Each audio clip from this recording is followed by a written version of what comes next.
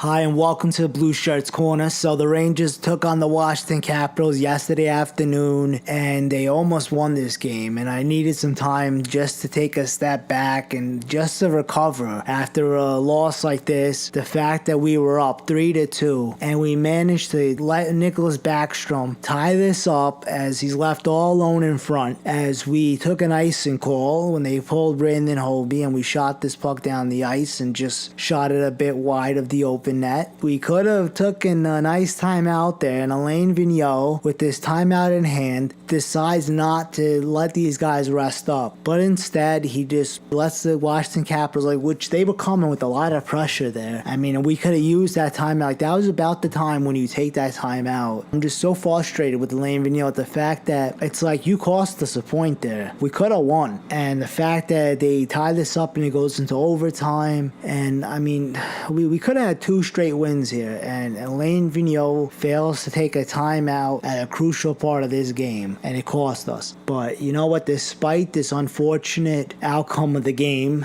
the Rangers, they look like they got a lot better. I mean, the possession numbers were better. They seem to be getting out of this recent slump that they're in, and it just looked like overall this team is playing better hockey. The fact that we just managed to, the way that Dan Girardi, I can't believe with 15 seconds left in that first period, the Capitals are on the power play, and Dan Girardi fails to clear this puck out as it's a nice gift right on the tape for Alexander Ovechkin, who doesn't fail to capitalize on an opportunity like that. He doesn't miss the net. They're up 1-0. We're going into that second period, and it's like it just continues as Justin Williams gets a goal after, again, Dan Girardi, he's caught up the ice, and Justin Williams from the blue line in, he just has his breakaway, and he just barely gets his puck past Lundqvist. Now the Capitals are up 2-0, and now I'm thinking that we're pretty screwed now. But the fact that we come out in that third period after what seemed like we couldn't solve Brandon Hobie, the Rangers managed to come away with 3 consecutive goals in that third period, and the fact that Oscar Lindbergh scores a goal, Kevin Hayes scores a goal, Victor Stahlberg scores a goal in over a 7-minute span, and the Rangers are up 3-2, looked like we had a chance to win this game now. The momentum was on our side, and the fact that we had a 2-on-1 opportunity and Ryan McDonough just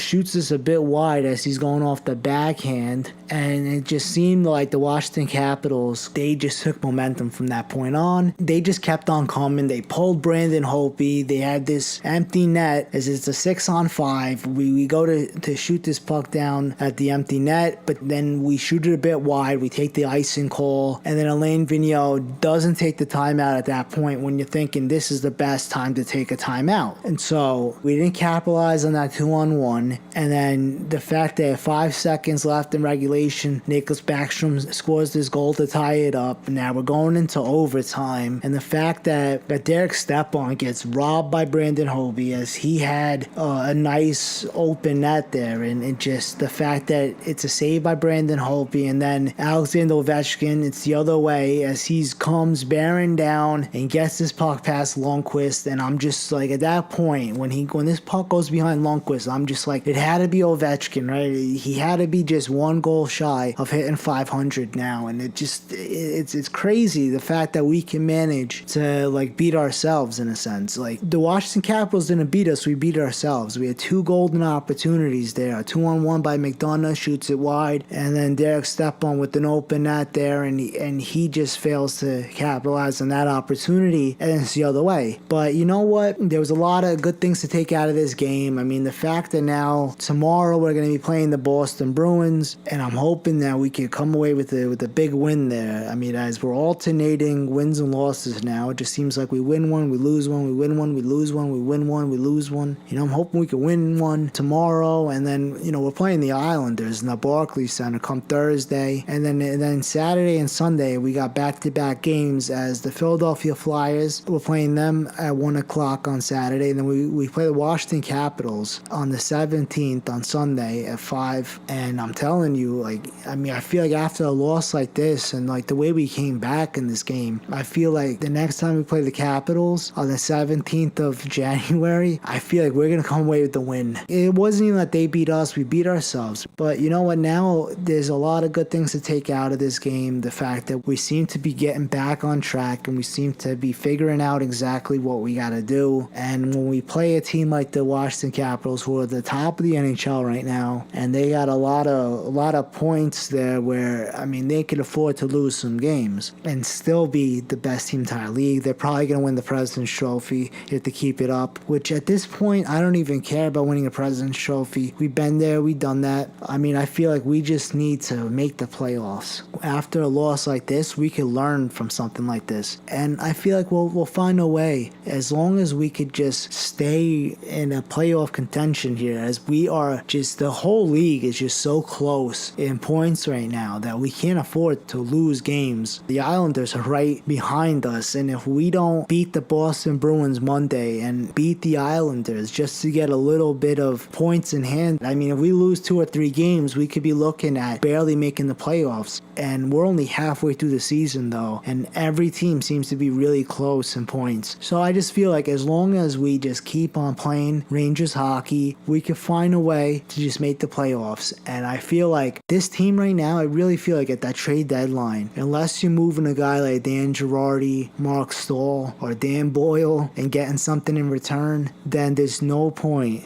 in trading Keith Yandel. I mean, because that's just going to kill us. I mean, this team right now, the forwards look solid. I really feel like there are some guys in Hartford that we could recall just in case if anything happens. But, I mean, if we trade away Keith Yandel, we're only going to become a worse team than we are right now. We can't be messing with what we got right now. I mean, trading away Keith Yandel is like losing your right arm in a sense. You can't trade away your best defenseman and expect to win a Stanley Cup. It is a bit early to be talking about winning a Stanley Cup or even talking about the playoffs right now. Let's just hope that we can just stay afloat, and that's all that matters. Anyway, I'm going to keep everybody posted, and just remember, let's go Rangers.